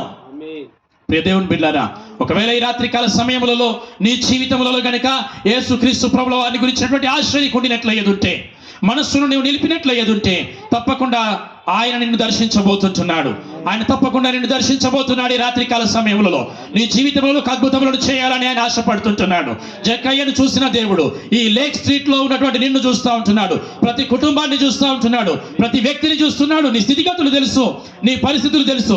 ఈ మాట చెప్పడానికి ప్రియమైనటువంటి వాళ్ళరా, నీ దాసుడు సిద్ధపరిచినటువంటి ఈ కూడికలలోనికి ఇదిగో 750 కిలోమీటర్ల అవతల నుంచి ఇదిగో తన దాసుని తీసుకొచ్చి ఈ మాటను ప్రకటింపజేస్తా ఉంటున్నాడు.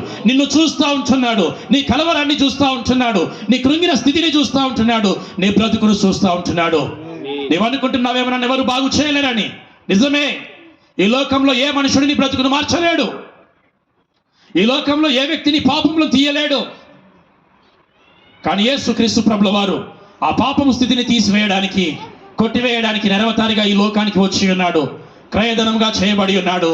పాపమును, శాపమును ఆయన తీసివేసినటువంటి వాడిగా ఉన్నట్లుగా మరి మనం చూడగలుగుతున్నాం. ఆయనను విశ్వాసం ఉంచినందుపటికి కూడా ఎందుకు నా జీవితంలో నెమ్మది లేదు, ఎందుకు నా జీవితంలో సమాధానం లేదు అని ఒకవేళ నువ్వు కలవరపడుతుంటున్నావేమో దేవుని యొక్క వాక్యం సెలవిస్తుంటున్నది. ప్రియమైనటువంటి వాళ్ళరా, యెషయా గ్రంథంలో చెప్తా ఉంటున్నాడు.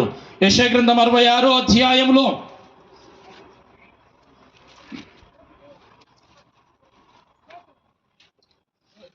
59వ అధ్యాయంలో మరి మనం చూస్తూ ఉంటాం. ప్రియమైనటువంటి వాళ్ళ అంటున్నాడు, రక్షింపక నేరకై ఉండినట్లు యెహోవా హస్తము కురుచ కాలేదు, వీర నేరకై ఉండినట్లు ఆయన చెవులు మందము కాలేదు. మీ దోషములు మీకును మీ దేవునికి అడ్డముగా వచ్చెను, మీ పాపములు ఆయన ముఖమును మీకు మరుగుపరచను గనక ఆయన ఆలకించకున్నాడు. చాలా మంది మీ చూస్తూ ఉంటాం. ఒకవేళ యేసు ప్రభువు నిజమైన దేవుడే, నిజమే, ఒప్పుకుంటా. కానీ ప్రేమ నా జీవితంలో ఎందుకు మార్పు లేదు, ఎందుకు నా జీవితంలో కార్యం జరగట్లేదు? చాలామంది చెప్తా ఉంటారు, మా అన్న వాళ్ళు రక్షణలోనికి వచ్చారు, వాళ్ళు దేవుని మందిరానికి వెళ్తారు. అన్ని ప్రాంతాలలో ఈ సమస్య అయినప్పటికీ కూడా మన జీవితాలలో అభివృద్ధి లేకపోవడానికి, ఆశీర్వాదం లేకపోవడానికి కారణాలు ఏంటంటే, ప్రియమైనటువంటి వాళ్ళరా, మనము దేవుణ్ణి ఆ పాపమును విడిచిపెట్టి పరిశుద్ధమైన హృదయముతో మంచి మనస్సాక్షి కలిగినటువంటి వారంగా అడగకపోవడమే. ఈ జక్కయ్య వెంటనే దిగి వచ్చాడు. ఆయన అంటున్నాడు, ఇదిగో నేను అన్యాయస్తుడని. కాబట్టి హృదయంలో విశ్వసించి యేసుక్రీస్తు ప్రభుల వారు పరిశుద్ధుడని, నీ కొరకై నా కొరకై ఆయన పరమ నుండి దిగి వచ్చాడని, ఆ కలువరి శిలువలో మ్రాణి మీద వేలాడి తన పరిశుద్ధ రక్తమును కార్చి, ఆ రక్తంలో ఎవరైతే వారి పాపములు కడుక్కుంటారో వారు రక్షింపబడతారనే విషయాన్ని గ్రహించి నోటితో ఒప్పుకుంటారో వాడు రక్షింపబడతాడని దేవుని యొక్క వాక్యం సెలవిస్తుంటున్నది. నీవు నోటితో ఒప్పుకోవలసి ఉంటున్నది. అందుకే అంటున్నాడు, నేను వింటున్నాను, అది వినకుండా అడ్డు చేసేది ఏంటో తెలుసా? నువ్వు చేసినటువంటి పాపములే. నేను రక్షించడానికి సమర్థుడను. నీకు నాకు మధ్యలో నీ పాపములే, నీ అవిధేయతలే అవి అడ్డుగా నిలిచి ఉంటున్నాయి. కాబట్టి వాటిని దూరపరుచుకోవాలి. ఈరోజు మానవులందరం కూడా ఎలాగైనా ఉన్నాము అని అంటే, ప్రియమైనటువంటి వాళ్ళరా, సంతోషం కాని దాన్ని సంతోషం అని చెప్పుకుంటున్నాం. పుల్లని దాన్ని తీయటిదని చెప్పుకుంటున్నాం. ఇది ఏ ఆనందం అని చెప్పేసి అనుకుంటున్నాం. కానీ దేవుడిచ్చే నిత్య సంతోషం, నిత్య ఆనందాన్ని విస్మరించినటువంటి స్థితులలో మనం ఉంటున్నాం. ఆ నిత్య ఆనందమును పొందుకోవడానికే ఈ యొక్క యేసుక్రీస్తు ప్రభుల వారిని మనం వెంబడించాలి. భౌతికంగా భూమి మీద ఆశీర్వదింపబడతావు. ఈ లోకమును విడిచిన తర్వాత కూడా నీ జీవితము ఆశీర్వదించబడి దేవునితో కూడా యుగ యుగాలు ఆయన మహిమలో నిలిచి ఉండేటువంటి కృపలను దేవుడు నీకు అనుగ్రహించబోతూ ఉంటున్నాడు. దేవునికి స్తోత్రం. హల్లెలూయా, హల్లెలూయా. కాబట్టి మన యొక్క జీవితాలలో మనం యేసు క్రీస్తు ప్రభువునందు సంపూర్ణమైన విశ్వాసం, సంపూర్ణమైన నమ్మకం, సంపూర్ణమైనటువంటి నిరీక్షణతో మనం ఆయన వైపు చూసినట్లయితే ఆయన మనకు రక్షణను ఇవ్వగలడు. ఈ రక్షణ ఈ లోకపరమైనటువంటి రక్షణ కాదు. వర్షాలు వస్తే, వరదలు వస్తే ఇల్లు కొట్టుకుపోతున్నాయి, భవనాలు కూలిపోతున్నాయి. తుఫాన్ ఎఫెక్ట్కి అనేకమైనటువంటి అలజడులను మనం వింటున్నాం, చూస్తున్నాం. కానీ యేసు క్రీస్తు ప్రభుల వారు ఇచ్చేటువంటి రక్షణ ఈ లోకంలో మరణించినప్పటికీ కూడా ఆయనతో కూడా యుగ యుగాలు ఉండేటువంటి గొప్ప నిరీక్షణ కలిగినటువంటి జీవితాల్ని మనకి ఇవ్వబోతుంటున్నాడు. ఆయనతో కూడా ఉండేటువంటి గొప్ప నిత్య జీవార్థమైనటువంటి ఫలములను మనకి ఇవ్వడానికి ఆయన ఈ లోకానికి వచ్చి ఉన్నాడనేటువంటి విషయాన్ని మనం జ్ఞాపకం చేసుకోవాలి. దేవుడు మానవుని సృజించినప్పుడు, సర్వ సృష్టికర్త అయినటువంటి దేవుడు మానవుని కొన్నిటిని క్రమంగా ఏర్పరిచాడు. ఆది కాండములో మనం చూడగలిగినట్లు ఏదంటే పరిశుద్ధ గ్రంథములో భూమిని, ఆకాశముని, అందులో ఉన్నటువంటి జంతువులను, పశుపక్షాదులను, చెట్లను, నీటిని, కొండలను, కొలనులను, వాటన్నిటినీ క్రమంగా ఒక్కొక్క దినము చొప్పున ఏర్పరిచాడు. చివరాఖరిగా మానవుని సృజించాడు, మానవునికి సాటి అయిన సహాయాన్ని చేశాడు. ఇదంతా దేవుడు ఎలాగన చేశాడంటే క్రమము కలిగి చేశాడు ఆయన. అయితే ఈరోజు మానవుడు ఆ క్రమాన్ని తప్పినటువంటి వాడిగా ఉంటున్నాడు.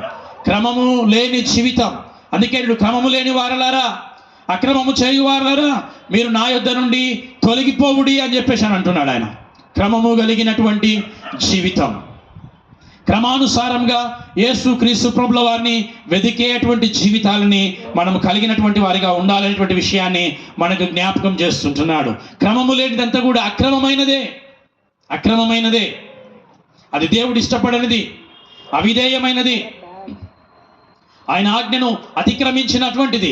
కాబట్టి జీవము కలిగినటువంటి దేవుని యొక్క మాటలను మనం ధిక్కరించకుండా ఆయనకు లోబడినటువంటి వారమై ఆయనలో మనం సాగిపోయేటువంటి వారంగా మనం ఉండినట్లయితే ఇదిగో నీ జీవితంలో గొప్ప మేలులు ఆయన చేయడానికి ఆయన సిద్ధంగా ఉంటున్నాడు. ఎందుకో తెలుసా? ఆయన నిన్ను ఏర్పరచుకున్నాడు. హోషేయ గ్రంథంలో అంటున్నాడు, నేను నిన్ను ఏర్పరచుకొని ఉన్నాను. ఎవరు చేశారు నిన్ను? బహుశా చెప్తామేమో, ఆధార్ కార్డులో మనకు కనబడుతూ ఉంటుంది, ఫలానా శ్రీనివాసన్, తండ్రి పేరు సన్ ఆఫ్ ఫలానా మల్లయ్య, ఎల్లయ్యో కనబడుతూ ఉంటుంది. అయితే ఆ తండ్రి కంటే ముందు పరమ తండ్రి తన ప్రణాళికలో జ్ఞాపకం చేసుకొని తల్లి గర్భంలో రూపింపబడక ముందే నిన్ను ఏర్పరచుకున్నాడు. నిన్ను చూస్తున్నాడు. ఆయన బాహువులు చాపి ఆయన నీ కొరకై దినమెల్లా ఆయన చూస్తున్నటువంటి వాడిగా ఉంటున్నాడు. నీవు వస్తావా? ఆయన్ను చేరుకుంటావా? ఆయన్ని కౌగిలించుకుంటావా? నీ స్థితిగతులన్నింటినీ ఆయనతో చెప్పుకుంటావా? ఈ లోకంలో నిన్ను ఓదార్చేవారు లేకపోవచ్చు, నీ కన్నీళ్లు తుడిచేవారు లేకపోవచ్చు, నీతో మాట్లాడేవారు లేకపోవచ్చు. అనుదినమున నీతో మాట్లాడేటువంటి జీవం కలిగినటువంటి దేవుడు, తన జీవం కలిగిన వాక్కుల ద్వారా నిన్ను దర్శించేటువంటి దేవుడు, ఆయన సజీవుడు. నిన్న, నేడు, రేపు ఏకరీతిగా ఉన్నటువంటి దేవుడు. రేపు నీ పిల్లలకు భవిష్యత్తులో కూడా తోడుగా ఉండబోయేటువంటి దేవుడు. వారిని కూడా క్రమబద్ధీకరించేటువంటి దేవుడు, ఆశీర్వదించేటువంటి దేవుడు, ఫలభరితంగా మార్చేటువంటి దేవుడు. ఈ సమావేశం, ఈ కూడిక మీరందరూ వచ్చి మా సంఘంలో చేరండి అని కాదు, మా మందిరానికి రండి అని చెప్పేసి కాదు. ఇదిగో క్రమము లేని మీ జీవితంలో సరి చేసుకుంటే దేవుడు మిమ్మల్ని ఆశీర్వదిస్తాడు, దేవుడు మిమ్మల్ని దీవిస్తాడు, దేవుడు మిమ్మల్ని లేవనెత్తాడు, మీ జీవితంలో సమాధానం ఇస్తాడు, గొప్ప ఐశ్వర్యవంతులుగా మిమ్మల్ని మారుస్తాడు. నువ్వు ఏ స్థితిలో ఉన్నావో జక్కయ్యను చెట్టు మీద నుంచి చూసినటువంటి దేవుడు, అంజూరపు చెట్టు కింద ఉన్నటువంటి నతానియేలును చూసినటువంటి దేవుడు, ప్రియ సహోదరి సహోదరుడా, నిన్ను కూడా చూస్తుంటున్నాడు. నీ స్థితిగతులను ఎరిగినటువంటి దేవుడు చూస్తుంటున్నాడు. నువ్వు చేయవలసిందల్లా ఈ మాటలు వింటున్నటువంటి నీవు నీ హృదయంలో విశ్వసిస్తుంటుండగా నీ నోటితో ఒప్పుకొని ఆ యొక్క జక్కయ్య అన్యాయంగా ఎలాగునా నేను తీసుకున్నానని చెప్తున్నాడు. నీ స్థితిగతులను బట్టి నాకు తెలియదు ప్రభువా, ఏ రీతిగా నేను పాపిగా ఉన్నానో నా పాపములను క్షమించమని నీ నోటితో ఒప్పుకో.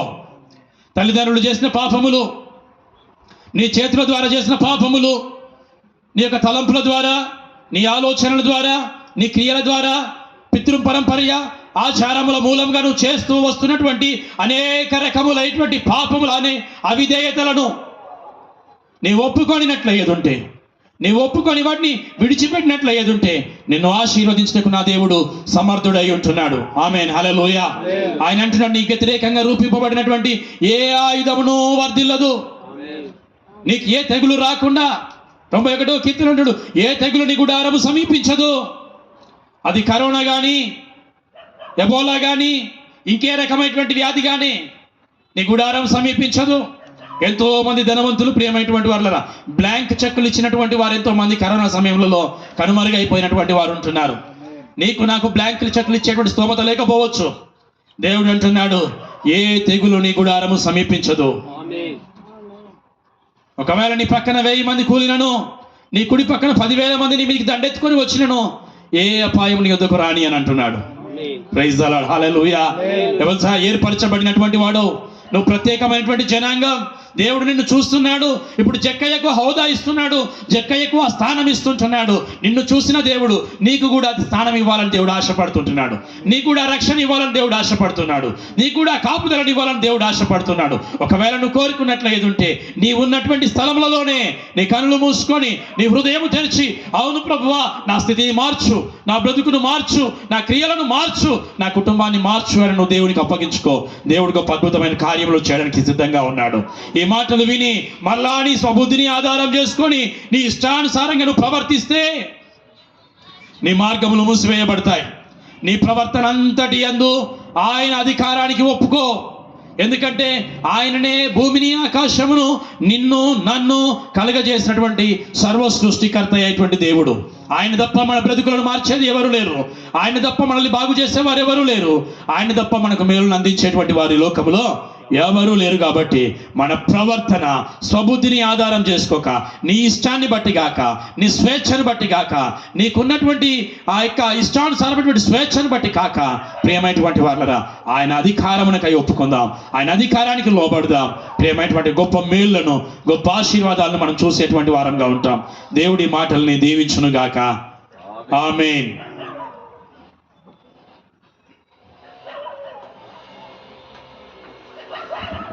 హల్లెలూయా. దేవునికి మహిమ కలుగునుగా. నాకు వినేటప్పుడు ఒక మాట వినిపించి చక్కగా, యేసయ్య అన్నాడు, తన బాహువులు చాచి నేను మిమ్మల్ని పిలుస్తూ ఉన్నాను, నువ్వు వస్తే బాగుంటుంది. హల్లెలూయా. మనము యేసయ్య దగ్గరికి వస్తే మనకు మేలు. యేసయ్య మన దగ్గరికి వస్తే ఏమవుతుంది చెప్పండి చూద్దాం. ఓ సంగతి నాకు వచ్చిన ప్లాస్ ఏంటంటే, యేసయ్య దగ్గరికి మనం కానీ వచ్చేస్తే యేసయ్య మనల్ని అక్కడే చేర్చుకుంటాడు. ఇప్పుడు విన్న ప్రకారం జక్కయ్య ఎలాంటి వాడంట, మనుషులందరూ అసహించుకున్నారు. వాడు బతుకు అనుకున్నారు. బట్ వాడు యేసయ్యని చేర్చుకున్నందువలన యేసయ్య అతని ఇంట్లోనికి వచ్చాడు. యేసయ్య ఇంట్లోనికి వస్తే జక్కయ్యకు తన బ్రతికంటే అర్థమైంది, నేను కోరుకున్నది ఇదే. ఏంటిది? యేసయ్య నా ఇంట్లోనికి రావడం మూలంగా నేను అనుభవిస్తున్నానే సంతోషం. ఈ సంతోషం డబ్బులో ఉంటుందనే డబ్బు అని పడిసొచ్చా. అయితే యేసయ్య వచ్చేసాడు కదా, నాకు ఇక డబ్బు అవసరం అనిపించలే. అందుకేమన్నాడు, ₹1 తీసుకుని ₹4 ఇచ్చేసాడు. ముందే సగం ఇచ్చేసాడు. ఇంకేం మిగిలిందే? ఏమి లేదు. హల్లెలూయా. మొత్తం ఇచ్చేసాడు. ఇప్పుడు ఏం కోరుకున్నాడు? నువ్వు ఉంటే చాలు. హల్లెలూయా. నువ్వు ఉంటే చాలు. ఎంత గొప్ప సంగతి. యేసయ్య దగ్గరకు వచ్చాడు జక్కయ్య. యేసయ్య అతని బ్రతుకులో అతను ఎప్పుడు ఊహించని విధంగా అతను ఎదురు చూస్తున్న సంతోషాన్ని ఇచ్చేశాడు. ఇప్పుడు దినాల్లో ప్రియమైన స్ట్రీట్లో ఉన్న నా ప్రియమైన జనాంగానికి ఒక చిన్న హెచ్చరిక ఏంటంటే, మనం నేడు బ్రతికి ఉన్నాం. బ్రతికి ఉన్నప్పుడే యేసుక్రీస్తుని సొంత రక్షకుడిగా అంగీకరించడం మన బ్రతుకులకు ఎంతో గొప్ప క్షేమం. ఒకటి, యేసుక్రీస్తు దగ్గరికి రాకుండా చనిపోతే నిత్యంగా యేసుక్రీస్తు లేని వారి కొరకు సిద్ధపరచబడిన స్థలము, అది ఓ భయంకరమైన ఘోరమైన స్థలం. అతను ఊహించడానికి ఏ మనుషుడు తరము కాదు. అది లేదు అని మోసపోకో. చరిత్రలో ఇప్పుడు అనేక రకాల సైంటిస్టులు లోతుకు తవ్వుతుండే అక్కడ అగ్నిగుండం ఉన్నట్టు కనుగొన్నారు. అక్కడ అరుపుడు వినబడుతున్నట్టు కనుగొన్నారు. అక్కడికి వెళితే చూద్దామని అక్కడికి వెళ్ళాం అనుకుంటావా? చూడడానికి ఏముండదు అక్కడ. హల్లెలూయా. ఒకటే, అక్కడ తప్పించబడ్డానికి యేసుక్రీస్తు దిక్కు, వేరొక దిక్కులే. యేసుకు తప్పించాడు. బ్రతుకుడినప్పుడు యేసయ్యా నన్ను కాపాడు, రక్షించు అంటే తప్పిస్తాడు. రెండోది ఏంటంటే, యేసయ్య మళ్ళా వస్తానన్న యేసురాజు రాకమానునా, తెస్తానన్న బహుమానం తేకమానునా. హల్లెలూయా. యేసయ్య వస్తాను అన్నాడు, తప్పకుండా వస్తాడు. ఆయన వస్తాడు. మాట తప్పిపోయేవాడు కాదు. ఎందుకు వస్తాడు అంటే, ఎవరైతే యేసుక్రీస్తుని సొంత రక్షకుడిగా అంగీకరించి ఆయన కొరకు జీవించారు, వాళ్ళ కొరకు మంచి బహుమానం తీసుకొని వస్తూ ఉన్నాడు. యేసుక్రీస్తుని చెప్తూ ఉన్నప్పుడు వినకుండా వలిష్టొచ్చినట్టుగానే ఎవడు చూసాలి అనుకుంటున్న వారి కొరకు భయంకరమైన శిక్షను తీసుకొస్తాడు. యేసుక్రీస్తు అప్పుడు ఎంత జాలి గలవాడుగా లోకంలో మనుషుడిగా పుట్టాడో, ఎంత జాలి గలవాడుగా మనుషుల మీద సంచరించాడో, ఇప్పుడు ఎంత జాలి గలవాడుగా మనతో మాట్లాడుతూ ఉన్నాడో. యేసయ్య వచ్చినప్పుడు యేసునందు విశ్వాసం ఉంచని, యేసుని ఎరగని, యేసుని ఒప్పుకొని వారి విషయంలో జాలిగిని కనబడదు. బహు కఠినాత్ముడుగా ఆయన తన్ను ప్రత్యక్షపరుచుకునే సమయం అవుతుంది. అందుకే దేవుడి స్తోత్రం. కనుక మనం గమనించాలి. నేడేమన్నదన్నా రేపుడు కాదా, ఇవాళ ఏమన్నా రేపుడు కాదు, ఇవాళ ఉన్నా రేపుడు కొంటామని గ్యారెంటీ లేని బ్రతుకు ఎందుకు? సజీవుడై ఉన్న దేవాది దేవుడు, సజీవుడైన ఏకైక దేవుడు, ఆయన మాత్రం చెప్పాడు, మృతుడు రైతుడు కాదు, ఇదిగో యుగాలకు సజీవుడినై ఉన్నానని చెప్పిన ఏకైక సజీవుడైన దేవుడు. ఆయన పేరు నజరుడైన యేసుక్రీస్తు. ఆయన బ్రతుకున్నాడు కనుక బ్రతుకులు మారుస్తాడు, బ్రతుకున్నాడు కనుక పరిస్థితులు మారుస్తాడు, బ్రతుకున్నాడు కనుక స్థితిగతులు మారుస్తాడు. ఆయన బ్రతుకున్నాడు కనుక చేర్చుకుని ప్రేమిస్తూ ఉన్నాడు. ఆయన బ్రతుకున్నాడు కనుక మేలు చేయడానికి ఇష్టపడుతున్నాడు. బ్రతుకుని వారి దగ్గరికి వెళ్ళి వేడుకుంటే నీ కష్టం ఏదైనా తీర్చడం సమర్థుడు. దేవుడికి స్తోత్రం. కనుక దేవుడు గొప్పవాడు. ఆయన లేక్ స్ట్రీట్ లో జనములు ప్రేమిస్తూ ఉన్నాడు. ప్రియ పిల్లలందరినీ ప్రేమిస్తున్నాడు. ప్రార్థన చేసుకున్నా నిత్యంగా దేవుడు దీవించుడుగా. హల్లెలూయా. యేసయ్య దగ్గరికి నువ్వు వస్తే నీకు మేలు, యేసయ్య దగ్గరికి వస్తే నీకు భయంకరమైన పనిష్మెంట్ ఉంటుంది. ఏది కావాలో తెలుసుకో. లేక్ స్ట్రీట్ లో నా ప్రియమైన వారి మేలు కోరుకుంటున్నాం. యేసయ్య దగ్గరికి వస్తే దేవుడు అనేక రకాల మేలు చేస్తాడు. యేసయ్య దగ్గరికి వస్తే నేను శిక్షిస్తాను. జాగ్రత్త. ఒక్క ప్రార్థన చేసుకుంటాం. మమ్మల్ని మిక్కిలిగా ప్రేమించిన మా ప్రియమైన పరలోక తండ్రి, మహోన్నతుడు ఒక దేవుడా, నీ నామమునికి స్తోత్రములు చెల్లిస్తున్నాడు.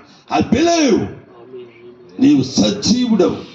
నేను నమ్ముతున్నా నువ్వు ఒక్కడవే ప్రాణం పెట్టి తిరిగి లేచిన ఏకైక దేవుడవు. భూమి పుట్టిన అప్పటి నుంచి ఇప్పటి వరకు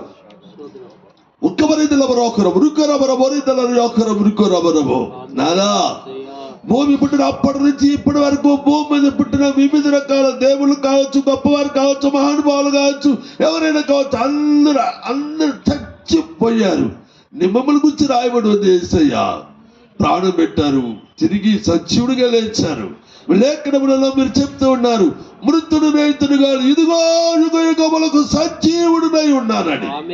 అంటే మీ అంత రక్షణ దొరుకుతుంది. నువ్వు సజీవుడిగా ఉన్నావు కనుకనే మీ అంత పాపడు దొరుకుతుంది. ఉన్నావు, నువ్వు నువ్వు బ్రతికున్న దేవుడు కనుకనే నువ్వు జనములు రక్షించి మోక్షముడిగా పరలోక రాజ్యానికి మార్గంలో ఏర్పాటు చేశావు. నమ్మిన మేము ఈ సత్యాన్ని నా ప్రజలకు కావాలని మేము కోరుకుంటూ ఉన్నాం. అవును యేసయ్య, నమ్మిన మేము మా ప్రజలకు కూడా ఈ సత్యం తెలియాలి. ఈ సత్యం అంతా మా ప్రజలు స్వతంత్రులు కావాలని కోరుకుంటూ ఉన్నాం. నా ప్రజలు దేవానికి స్తోత్రాలు, పితృపర ఆచారముల చేత వివిధ రకాల సాంప్రదాయాలు, సిద్ధాంతాలు, మా అమ్మ మా నాన్న వాళ్ళు ఇలాగ చేశారు ఇలాగ మోసపోతూ మీరు ఇచ్చే ఉచితమైన ఆశీర్వాదములను వద్దని అమాయక ప్రజలను కనికరించమని మీకు వేడుకుంటున్నామయ్యా. వేడుకుంటున్నాం. నా ప్రజల దోషములను క్షమించి యేసు, నా ప్రజల అతిక్రమములను క్షమించి యేసు. ప్రత్యేకంగా లేక్ స్ట్రీట్ లో ఉన్న మా ప్రియులు అందరిని మేము ప్రేమిస్తున్నాం. పిల్లలను, యవనస్తులను, వృద్ధులను, బాలులను, స్త్రీలను, పురుషులను, ప్రతి వారిని మేము ప్రేమిస్తున్నాం. మీరు ప్రేమిస్తున్నారు కనుకనే ఈ మనసు మాకు ప్రేమించడానికి. అంతే, మా ఇందు ఏమి లేదు. మాకు ప్రేమించడం చేత కాదు. ఒకప్పుడు మేము కూడా స్వార్థపరులమే. మీరు మమ్మల్ని ప్రేమించింది కనుకనే ఈ ప్రేమ చేత మేమును మా ప్రియులను ప్రేమిస్తూ ఉంటాం. అంతే కనుక దయ చూపించి ఈ ప్రజలందరినీ రక్షించి ఆశీర్వదించండి అయ్యా. తండ్రి కుడికి ఏర్పాటు చేయడానికి మీరు వాడుకున్న ప్రియ కుటుంబీకులను యేసుక్రీస్తు నామములో ఆశీర్వదిస్తూ ఉంటాం. సంఘమును ఆశీర్వదిస్తూ ఉంటాం. దేవుడు సంఘమునకు జనముల రక్షణార్థం మీరు ఇచ్చిన భారం కొరకే తండ్రిస్తూ అక్కడి కొరకే స్తోత్రములు చెల్లిస్తున్నామయ్యా. నా దేవుడు సంఘంలో ప్రతి కుటుంబాన్ని, సేవకులను, వారి కుటుంబాన్ని దీవించు అత్యధికమైన ఆశీర్వాదములతో నింపండి ప్రభు. నీకు వందనాలు. ప్రభు, మీ వాక్యం చెప్పడానికి మీరు తీసుకొచ్చుకున్నారే మీ దాసులు విజయ్ గారిని, వారి కుటుంబాన్ని, వారి పిల్లల్ని, వారి పరిచయను ఆశీర్వదించుదురుగాక. చక్కటి వర్తమానం చేత మీరు మాట్లాడుతున్న లేక్ స్ట్రీట్ లో ఉన్న నా ప్రియులందరూ మీరు ఆశీర్వదించి